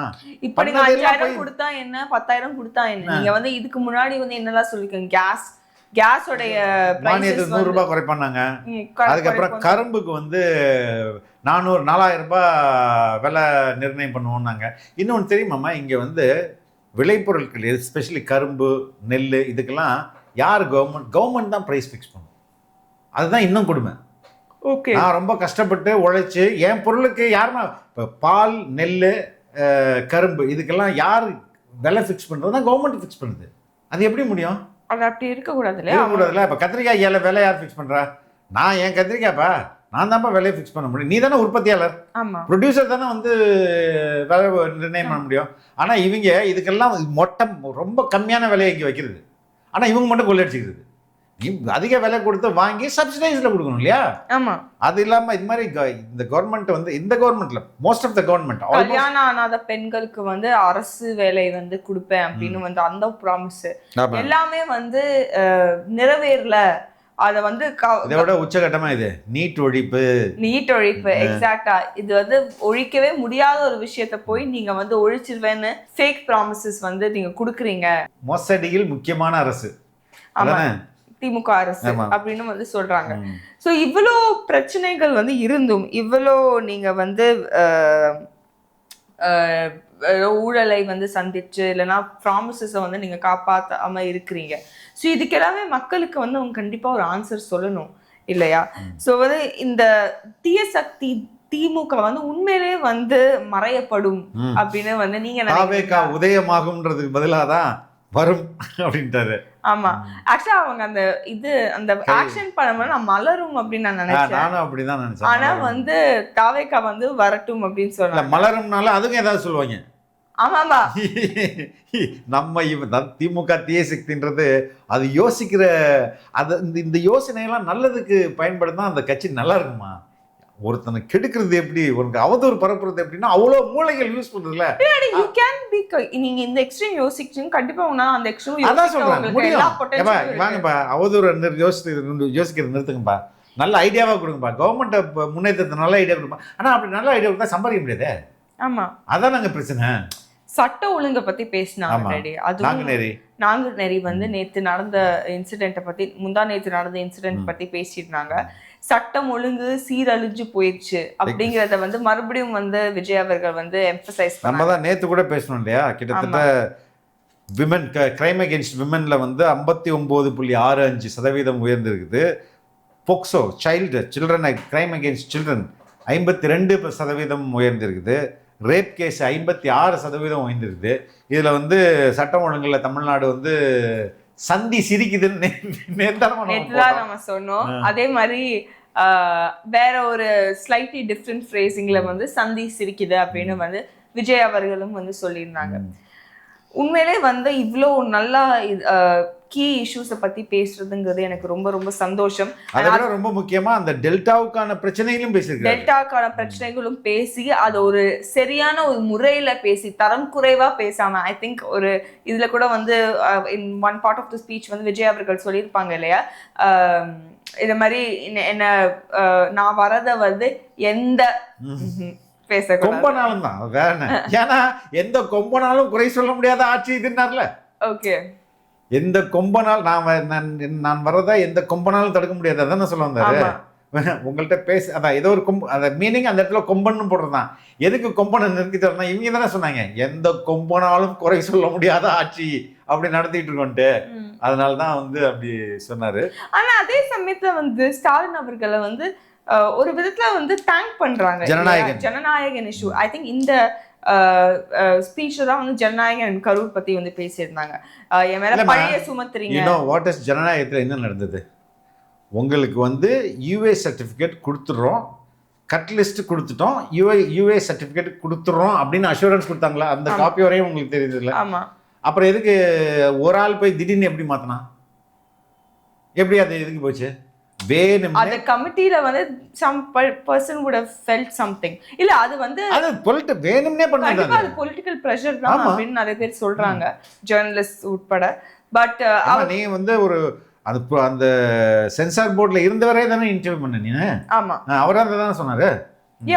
அவர் வந்து ஒரு நெருக்கடி கொடுக்கக்கூடிய ஒரு விஷயமா தான் வந்து எல்லாரோடைய கருத்தும் இருந்தது. அண்ட் ஸ்டாலின் அவர் வந்து பட்டும் படாம வந்து நீங்க வந்து எனக்காக குரல் கொடுத்தீங்க. ஸோ அது என்ன, அதுலேயும் அரசியல் தான் பண்ணாரு. யாரு அவங்க எல்லாமே என்ன ஒரு வந்து இடி சிபிஐ இன்கம் டேக்ஸ் இவங்களெல்லாம் எப்படி வந்து ஒரு கருவியாக பயன்படுத்துதோ அதே போல் சென்சார் போர்டையும் கருவியாக பையன் முதல் நாள் உங்கள் பையனுக்கு கொடுக்காம இருந்துச்சு. அன்னைக்கு கொடுக்க வேண்டியது ட்வீட்டை உங்கள் பையனுக்கு கொடுக்கல. அந்த படம் என்ன பராசக்தி இதுக்கு கொடுக்கல. ஆகாஷ் பாஸ்கர் அவங்க டான் பிக்சர்ஸ் யார் இவங்க படம் தானே அது. ஏன் அந்த படத்துக்கு ஏன் வந்து ட்வீட் போடல? அந்த படம் வந்து சர்டிஃபிகேட் வாங்கி படம் ரிலீஸ் ஆகுதுன்னு டேட் ஃபிக்ஸ் பண்ணாலும் அடுத்த நாள் ட்வீட் போடுவாரா? இதுதான் ஊரா விட்டு நெய்யே. அடுத்தவங்க வீட்டு ஆட்டோல ஆயுத பூஜை பண்றது தப்பு ப்ரோ அப்படின்னு சொல்ற மாதிரி இந்த மாதிரி. பட் அதான் நான் சொல்ற மாதிரி கீ இஷ்யூஸை பேசியுமே வந்து ரொம்ப நாகரிகமா பேசக்கூடிய ஒரு தலைவரா வந்து விஜய் அவர்களை நான் வந்து பாக்குறேன். அனௌன்ஸ்மெண்ட் நல்ல அனௌன்ஸ்மெண்ட். எங்க பகுதிக்கே ஆமா ப்ராமிசஸ் வந்து என்னன்னா இந்த உரத்தட்டுப்பாடு உரத்தெல்லாம் கடத்திடுவாங்கம்மா. நீ வேற அது ஒரு சில டைம்ல எல்லாம் பார்க்கலாம். அதாவது சொசைட்டியில் உரம் இருக்கும், ப்ரைவேட் கடையில் உரம் இருக்கும். உரத்தை வாங்கி அடிக்கிறது வேற எங்கேயாவது இயற்கையாக நேச்சுரலாகவே வந்து ஆர்டிஃபிஷியலாக ஒரு டிமாண்டை கிரியேட் பண்ணுறது. ஏன்னா எல்லாமே அந்த விவசாயத்தை பொறுத்தவரை அந்த டைம் தான். அதாவது தெளிச்ச இத்தனாவது நாளில் ஒரு உரம் போடணும், இத்தனாவது நாளில் ஒரு உரம் போடணும், கருது விடுறதுக்கு முன்னாடி ஒரு உரம் போடணும். அதுக்காக உனக்காக உரம் கிடைக்கலன்னா அது வெயிட் பண்ணுமா? தண்ணி பாய்ச்சணுன்றது அதே மாதிரி தான். இவ்வளோ நாளில் இவ்வளோ தண்ணி இருக்கணுன்றது அது இல்லை அப்படின்னா அது அன்னைக்கு பண்ணியாகணும். ரெண்டாவது ஒரு ஊர் ஃபுல்லாக ஒரே நேரத்தில் ஒரு வேலையை ஸ்டார்ட் பண்ணுவாங்க. இப்போ இன்றைக்கி தெளிக்கிறது இல்லைன்னா இன்றைக்கி நடுகிறதுனா பெரும்பாலும் அந்த ஊர் ஃபுல்லாக, ஏன்னா சீசன் அப்படி தானே, மழை எல்லாருக்கும் தானே பெய்யும், உனக்கு மட்டும் தனியாக பெய்யாதுல்ல. அப்போ மொத்தமாக எல்லாம் ஒரே நேரத்தில் அந்த வேலையை ஆரம்பிப்பாங்க ஒரே நேரத்தில். அப்போ எல்லா இடத்துலையும் டிமாண்ட் இருக்கும். ஆள் கிடைக்கிறது டிமாண்டாக இருக்கும், உரம் கிடைக்கிறது டிமாண்டாக இருக்கும். இந்த நேரத்தில் உரத்தெல்லாம் கடத்திடுவாங்க, கிடைக்காது, சப்ஸ்டாண்டர்டாக கொடுத்துருவாங்க. இது ஒரு முக்கியமான இஷ்யூ. அதுவே நான் தான் சொன்னேன்ல, ஒரு நாள் தண்ணி பாய்ச்சால பதப்பயிட்டு மன உளைச்சலுக்காக ஆயிடுவாங்க. Because it's a game that you play with the time. அதுதான் அதில் இந்த மாதத்தை விட்டேன்னு வச்சு அடுத்த மாதம் அது வேஸ்ட்டு, உன்னால் பண்ணவே முடியாது. அப்போ அந்த டைமோட நீ ப்ளே பண்ணும்போது you will have lot of pressure. அப்போ அந்த நேரத்தில் உரத்தட்டுப்பாடு ஆச்சுன்னு வச்சுங்க கஷ்டம். அப்போ அந்த உரத்தட்டுப்பாடு கிடைக்காம நம்ம பண்ணுவோன்றது very valid, very needed promise for the farmers. அதே மாதிரி வந்து பயிர்க்கடன் ரத்து அப்படின்னு சொல்லியிருக்காங்க. அதில் ரொம்ப தெளிவாக, அதாவது இங்கே வந்து 5 ஏக்கர் அந்த 5 ஏக்கருக்கு கீழ் அப்படின்னு பிரிச்சிருக்காங்க. ஆமாம், இந்த நம்ம தமிழ்நாட்டை பொறுத்தவரையும் சிறு குறு விவசாயிகள்னு ரெண்டாக பிரிப்பாங்க. Small and micro and small ஒட்டை எப்படின்னு வச்சுக்கோங்க. குறு விவசாயிகள்னால் 5 ஏக்கருக்கு கீழே இவங்கெல்லாம் வந்து குறு விவசாயிகள். 5 ஏக்கருக்கு மேலே இருக்கவங்க சிறு விவசாயிகள் அப்படின்றது கணக்கு. அப்போ யார் இந்த ஸ்மால் ஃபார்மர்ஸ் இருக்காங்கல்ல, சிறு குறு விவசாயிகள்னு சொல்லுவாங்கள்ல, 5 ஏக்கருக்கு, அவங்களுக்கு வந்து நீங்கள் வந்து உங்களோட பயிர்க்கடன் வந்து ஃபுல்லாக ரத்து. பயிர்க்கடன்றது ஐ திங்க் ஏக்கருக்கு 20,000 ரூபாவோ ஏதோ தருவாங்க. அது என்ன இன்ட்ரெஸ்ட் ஃப்ரீ லோன். அதை நீங்கள் வாங்கி விதையெல்லாம் விட்டு அறுவடை பண்ண பிறகு அந்த பணத்தை ரிட்டர்ன் பண்ணலாம். சார் நான் இங்கே அறுவடை பண்ணி ரிட்டர்ன் பண்ணுற அளவுலேயே இருக்குது, எல்லாமே நட்டத்தில் போயிட்டு இருக்கு இல்லையா? ஸோ அந்த பயிர்க்கடனை வந்து 5 ஏக்கர் உள்ளவங்களுக்கு ஃபுல்லாகவும் 5 ஏக்கர் மேலே உள்ளவங்களுக்கு 5 ஏக்கர் மேலே உள்ளவங்க டெஃபினட்டாக ஓரளவுக்கு வெல் ஆஃபாக தான் இருப்பாங்க. They will not be a poor people. அவங்களுக்கு 50% விலை கிடைக்கிறது நல்லது. இன்னொரு ரொம்ப முக்கியமானது 2 ஏக்கர் அல்லது நிலமற்றோர், 2 ஏக்கர் 2 ஏக்கருக்கு கீழ் அல்லனா விவசாய நிலமே இல்லாதவங்க கவர்மெண்ட்ல கவர்மெண்ட்ல வேலை செய்யாம இருக்கணும். அது ஒன்றிய அரசுலையோ தமிழக அரசுலையோ எந்த அரசுலையும் வேலை செய்யாம இருந்ததுன்னா அவங்க குழந்தைகளுக்கு என்னது இன்ஜினியரிங் மெடிசன் வரை எல்லா இன்ஜினியரிங் ஆர் மெடிக்கல் காலேஜ் வரை எந்த ஃபுல் ஹையர் ஸ்டடீஸ் வந்து ஃப்ரீ அப்படின்றது ஒரு அருமையான ஸ்கீமாக சொல்லிடுறாங்க. ஆக்சுவலாக வந்து அவர் வந்து ரொம்ப ஸ்ட்ராங்காக வந்து டிவிகே விஜய் என்ன சொல்லியிருக்காங்கன்னா வந்து எங்கள் அரசு வந்து உழவர்களை வந்து நாங்க வந்து ஹர்ட் பண்ண மாட்டோம், உழவர்களுக்கு எதிராக வந்து இருக்க மாட்டோம், செயல்பட மாட்டோம். நான் வந்து உழவர்களோட தான் வந்து என்னுடைய பொலிட்டிக்கல் ஜேர்னியே வந்து ஸ்டார்ட் பண்ணேன் வித் பரந்தூர் அப்படின்னு வந்து ரொம்ப விவசாயிகளுக்கு எதிரான விவசாயிகள் விரும்பாத எந்த திட்டத்தையும் தாவேகா அரசு செயல்படுத்தாது. அது ஒன்றிய அரசோடைய அழுத்தம் இருந்தாலும் அப்படின்றாரு. இதேதான் அந்த இப்ப டிஎம்கே சொன்னாங்க, ஒரு பிடி மண்ணை கூட நான் எடுக்க மாட்டேன். அப்ப ஏன்னா அப்ப 8 வழி சாலை ரொம்ப பிரச்சனையா இருந்துச்சு. 8 வழி சாலையில பயங்கர போராட்டத்தை உருவாக்கி அதுலேருந்து இப்ப நான் சொன்னேன்ல, இப்ப நாளைக்கு இன்டர்வியூ பண்ண போறேன். இப்ப இதுல டிஎம்கே அரசு அரெஸ்ட் பண்ணிச்சு, குண்டாஸ்ல போட்ட சொல்றேன் அருளாறுமுகம். அவரெல்லாம் 8 வழி சாலையில் ஒர்க் பண்ணவர். அவரெல்லாம் வந்து கொண்டாடிச்சு இந்த கவர்மெண்ட். ஒரு கைப்பிடி கூட நான் நிலையம் எடுக்க மாட்டேன்னு சொல்லிட்டு இவங்க தான் முதல்ல வந்து பரந்தூரையும் சிப்காட்டையும் மேல்மா சிப்காட்டு பரந்தூர் எல்லாத்தையும் தூக்குறது எல்லாம். சரி, அப்போ இவங்க எந்த அளவுக்கு போய் ப்ராமிஸ் சொன்னாங்க பாரு. இது ரொம்ப நான் இன்னைக்கு பேச்சிலேயே இந்த அனௌன்ஸ்மெண்ட் தான் ரொம்ப முக்கியமாக பார்க்குறேன். விவசாயிகள் விரும்பாத, விவசாயிகளுக்கு விருப்பம் இல்லாத எந்த ஒரு திட்டத்தையும் தாவேகா அரசு நிறைவேற்றாது. அது மத்திய அரசு அழுத்தம் கொடுத்தாலும் அப்படின்றது தான் ரொம்ப முக்கியமான இது. இதை பண்ணாலே போதுமா, நம்ம நாடு ஓரளவுக்கு தேறிடும். அதே மாதிரி வந்து கமிஷன் வந்து நெல் கொள்முதல்ல சென்டர்ஸ்ல வந்து கமிஷன் வாங்க முடியாது. And ration card 500 ration card இருந்தா ஒரு 500 ரேஷன் கார்டுகளுக்கு ஒரு கடை நல்லது. 500 அவங்க ஈஸியா மேனேஜ் பண்ண முடியும், சிக்கல் வராது, ஸ்டாக் தீர்ந்து போகாது. பெண்களுக்கு வந்து தனி மக்கள் கிராமப்புறங்கள ரொம்ப தூரம் நடந்து போக வேண்டியது இல்லை ரொம்ப. அதனால அது ஒரு நல்ல ஸ்கீமா தான் பாக்குறேன். அதான் பெண்களுக்கு வந்து தனி லைன், ஆண்களுக்கு வந்து தனி லைன். அந்த வெயிட் மெஷரிங் பேக்ட் ப்ராடக்ட்ஸ், இது வந்து அரிசியை தவிர அதான் packaged product. So the quality வந்து ரொம்ப நல்லா இருக்கும். ஆமாம், என்னை வந்து கால்பரம் பண்ண முடியாது. இப்போ ரேஷன் அரிசிலாம் சம்டைம்ஸ் இப்போ போய் யார் சாப்பிட்றா பல அதில் அது வேற தனி ஊழல் வச்சுங்களேன். அதில் பருப்பில் ஊழல், அதில் ஊழல், சர்க்கரையில் ஊழல், எல்லாத்துலேயும் ஊழல். ஏன்னா அது எல்லாமே ஓப்பனில் வரும், நீ எங்கே வேணாலும் எதை வேணாலும் கலந்துக்கலாம். அப்போ இங்கே பேக் பண்ணி நீங்கள் ஒரு சென்ட்ரலைஸ்டு இடத்துலேருந்து போச்சுன்னா அது உங்களுக்கு அதை அடல்ட்ரேட் பண்ண முடியாதுல்ல. அந்த விதத்தில் அதுவும் வந்து ரொம்ப நல்ல திட்டம் தான். அதே மாதிரி மீனவர்கள் பாதுகாப்பு பற்றி வந்து குரல் கொடுத்துருக்காங்க. அண்ட் வந்து மறுபடியும் வந்து ஒன்று ஒரு விஷயம் வந்து தொடர்ந்து எம்பசைஸ் பண்ணுறதுக்கு, நான் ஊழல் வந்து இந்த இதுலேயும் வந்து பண்ண மாட்டேன் அப்படிங்கிற வந்து ஒரு விஷயத்த வந்து அவர் மீண்டும் வந்து உணர்த்துறாரு. இன்னொரு பார்ட், இவ்வளவு நாள் வந்து முதல்ல இருந்த அந்த உறுதிமொழி இன்னைக்கு வந்து கடைசியா போயிடுது. ஆமா, அது ஏன் ரெடியாது? அது நல்லதான். அது சரி, that has to be there. மக்கள் மனசுல கடைசியா பேசுறது தான் இடம் முடியுமா. தலைவர் பேசும்போது ஃபர்ஸ்ட் வார்த்தையிலேருந்து கடைசி வார்த்தை வரை மக்கள் ஃபுல்லா, ஏன்னா அவ்வளோ ரிப்பீட்ல போயிட்டு இருக்கும்ல எல்லா சேனல்ஸ்லையும், அதனால இருக்கும். So overall fantastic Thanjai meeting. It was very hard warming அப்படின்னு நினைக்கிறேன். இதை பார்த்தனால நீ விவசாயத்துக்கு கொஞ்சம் அக்கறை காட்டினா நல்லா இருக்கும். விவசாயிகள் நான் விவசாயம் பண்ணுவேனோ இல்லையோ கண்டிப்பா அதுக்கான ஒரு ஸ்பேஸை வந்து நீ கிரியேட் பண்ணி. நான் what I am doing is what it's called do nothing farming. அது ரொம்ப interesting. You don't do anything. ஒரு நாள் மேபி நம்ம அதை பத்தி ஒரு இன்டர்வியூ நம்ம போய் வயல்ல போய் பண்ணா நல்லா இருக்கும் நினைச்சீங்க. ரொம்ப நல்லா இருக்கும். பட் ஓவரால் இந்த ஸ்பீச் வந்து ரொம்ப நல்லா இருந்தது. ஏன்னா ஐசி விஜய் வந்து அவர் இதுவரையும் வந்து ரொம்ப விமென்காக வந்து பேசியிருந்தார். அண்ட் ஆப்வியஸாக எனக்கு வந்து அந்த மாதிரி லீடர்ஸ் வந்து ரொம்ப பிடிக்கும். ஆக்சுவலாக வந்து விமனுடைய சேஃப்டியும் வெல்பீயிங்காக பேசுகிறவங்க. பட் இப்போ என்வாயன்மெண்ட் இஷ்யூஸும் வந்து ரொம்ப ஸ்ட்ரெஸ் பண்ணி பேசுகிறாங்க அப்படிங்கிறது எனக்கு வந்து மிகப்பெரிய சந்தோஷம். ஏன்னா வந்து 2060 அப்படிங்கிறது ரொம்ப ஃபார் இல்லை, இட்ஸ் ஜஸ்ட் 30 years. அண்ட் நாங்கள் வந்து அந்த டைமில் வந்து we will be in a prime. And வந்து இந்த விஷயமா வந்து கண்டிப்பாக அவர் ஒரு லீடர் வந்து அதை சீரியஸாக எடுத்து மக்களுக்காக வந்து அதை வந்து அமைச்சு கொடுப்பாரு அப்படிங்கிறது எனக்கு உண்மையிலே வந்து விஜய் அவர்கள் மீது தான் வந்து அந்த நம்பிக்கை இருக்குது. ஸோ ஓவரால் வந்து it was very fantastic speech. And இனிமே வந்து அடுத்து வேற எங்கே வந்து போவார் அப்படின்னு நமக்கு தெரியாது. எல்லா பகுதிக்கும் போவாங்களாமா. ஓகே, ஸோ அந்த சதர்ன் சைடில் இருக்கும், திருநெல்வேலி, தூத்துக்குடி அந்த சைடில் இருக்கலாம்.